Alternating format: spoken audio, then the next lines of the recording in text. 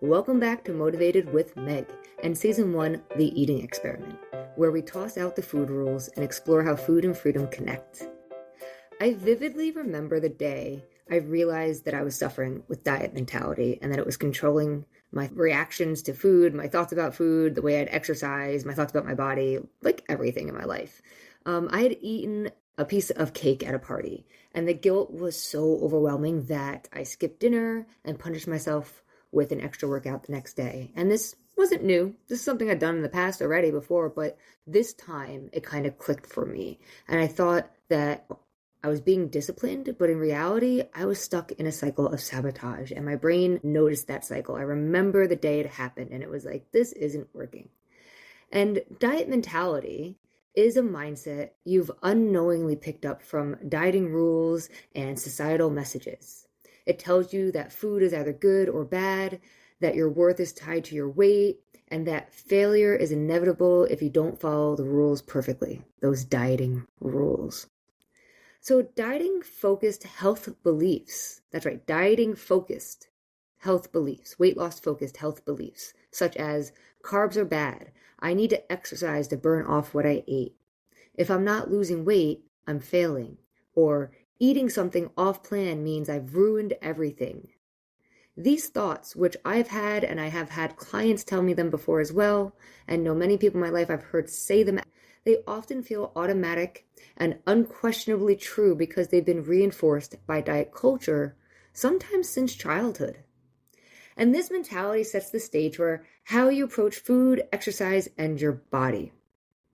When you live with a diet mentality, which we all have one, technically speaking, and some of ours are a little bit more extreme than others. And that's kind of what we're talking about today, is that if your diet mentality is causing you suffering or causing some unhealthy disorder type of eating.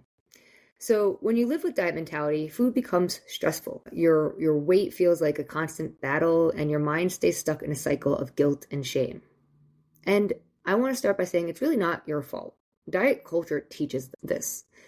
Your diet mentality, it didn't come from just anywhere. You picked it up as you lived your life from diet culture.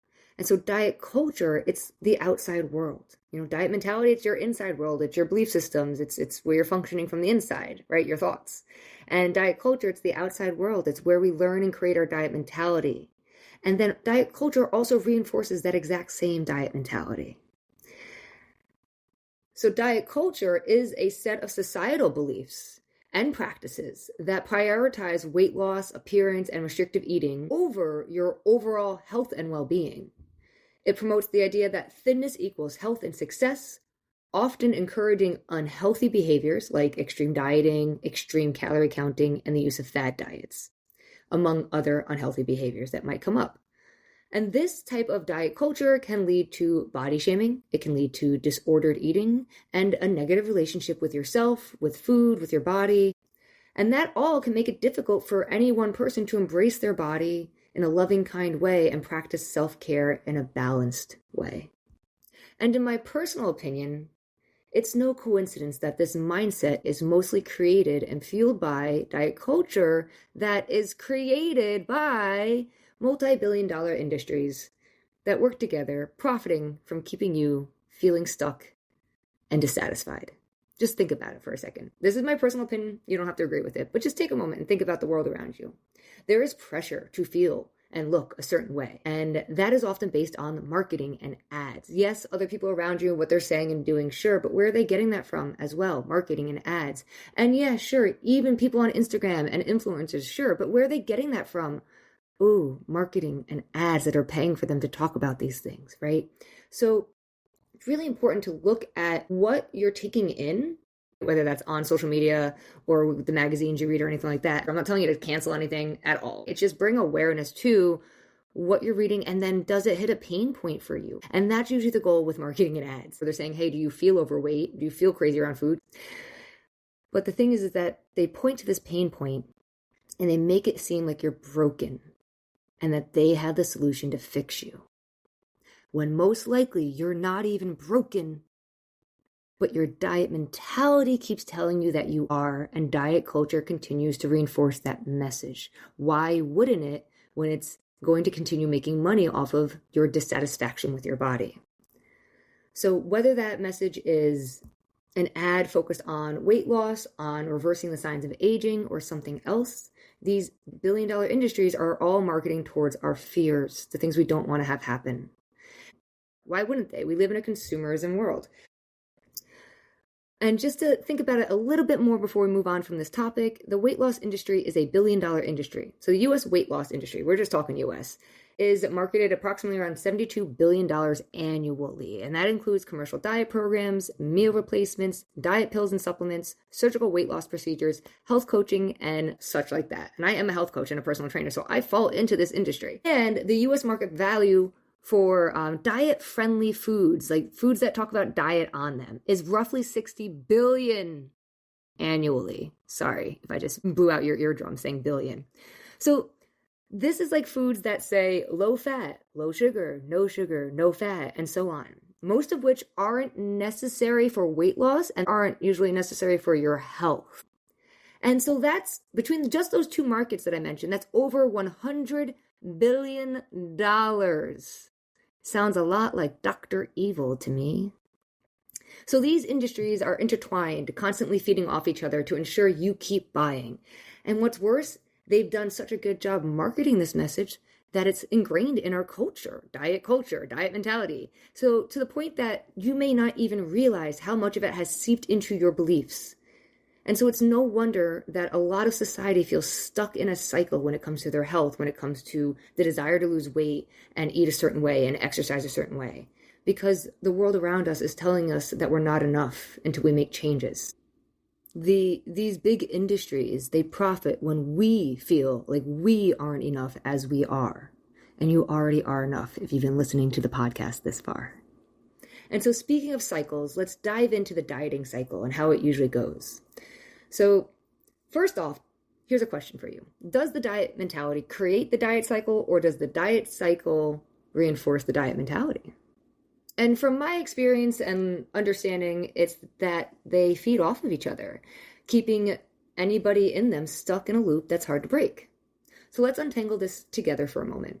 While it might seem like the actions of the diet cycle are the starting point, it's usually the diet mentality that comes first, kind of like the chicken or egg scenario.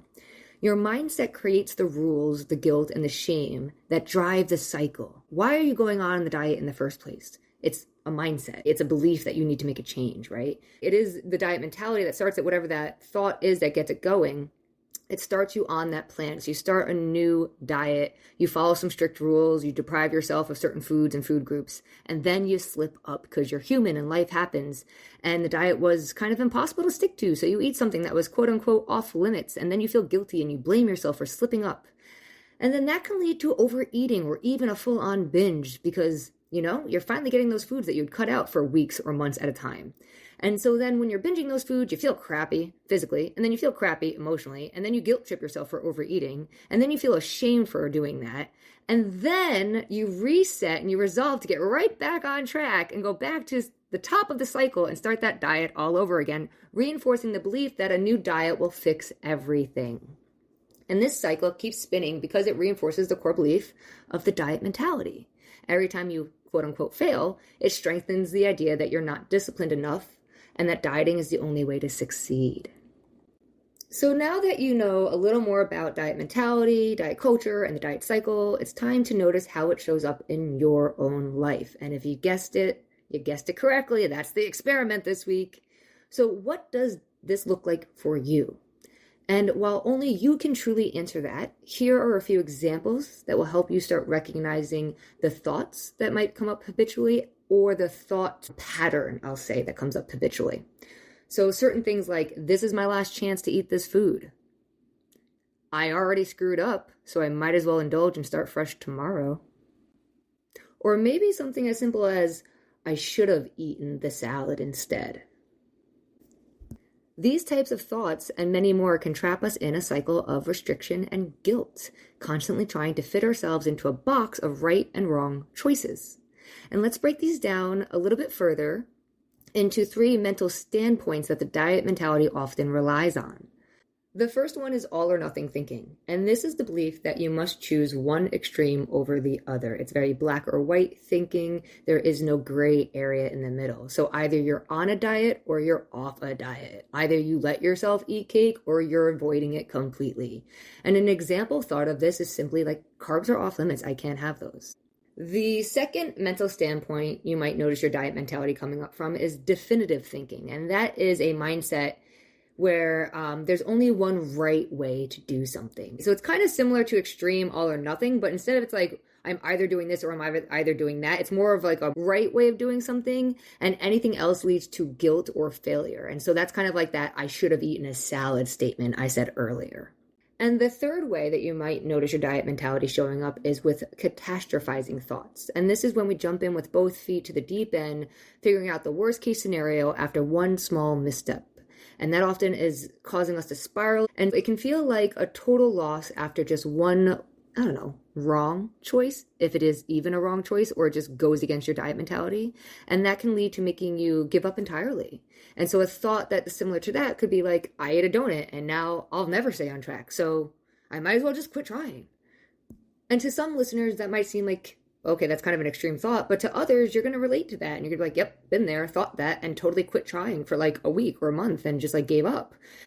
Coming back to these lines of thinkings, when you recognize one of these thought patterns, it's an opportunity to pause and challenge it. Take a deep breath. These thinking styles, all or nothing, definitive, catastrophic, they can trick you into believing there are only two ways of being, perfect or failure. But the truth is, it's more about progress than perfection. These patterns can create an exhausting, repetitive cycle of shame, guilt, and restriction, which only keeps the diet mentality alive. So by acknowledging and breaking down these common thoughts, we can begin to step outside the cycle, offering ourselves more grace and flexibility in how we relate to food and our bodies. And so your experiment for the next week, I challenge you to notice whenever the diet mentality sneaks into your thoughts. Grab a notebook or your phone and write them down. These might sound like, I shouldn't eat this, or I'll work it off later, or I've already ruined today, so why bother?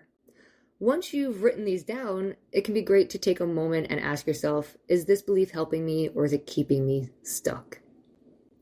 Bonus experiment this week is just noticing diet culture around you, whether that's you're standing in line and you see the magazine title that talks about weight loss, or you hear somebody talking about their body in a negative way.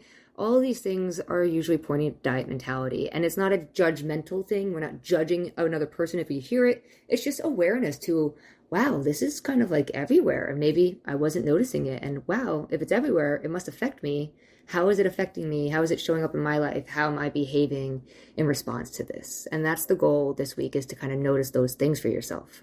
And the very last thing I'll say today is just that the diet mentality can become severe, and it leads to overthinking every food choice, counting every calorie, ruminating on and beating yourself up for the things you ate. And it might not start out that way, but it can build up to that. And then when it does build up to something as severe as those things, it can show up in more severe ways, such as it can lead to eating disorders and disordered eating like binge eating, anorexia, and bulimia. With that being said, if you or somebody you know suffers from any type of disordered eating, I do recommend seeking out a therapist that specializes in working with people with food disorders. And again, just remember, try not to judge yourself about any of this. A lot of it is learned behavior from society and the people around us. And it's all about unlearning those things that aren't helping us and noticing when we're causing internal suffering based off of a line of thinking, a habitual line of thinking, like the diet mentality. And that's it for today's episode of Motivated with Meg. I hope you found it helpful. I'd love to hear your thoughts below, how your eating experiment is going thus far. Thank you so much, as always, for tuning in. Remember, you are already enough and deserve to feel good in this moment, just as you are. Until next time, be kind and be yourself. Everyone else is already taken.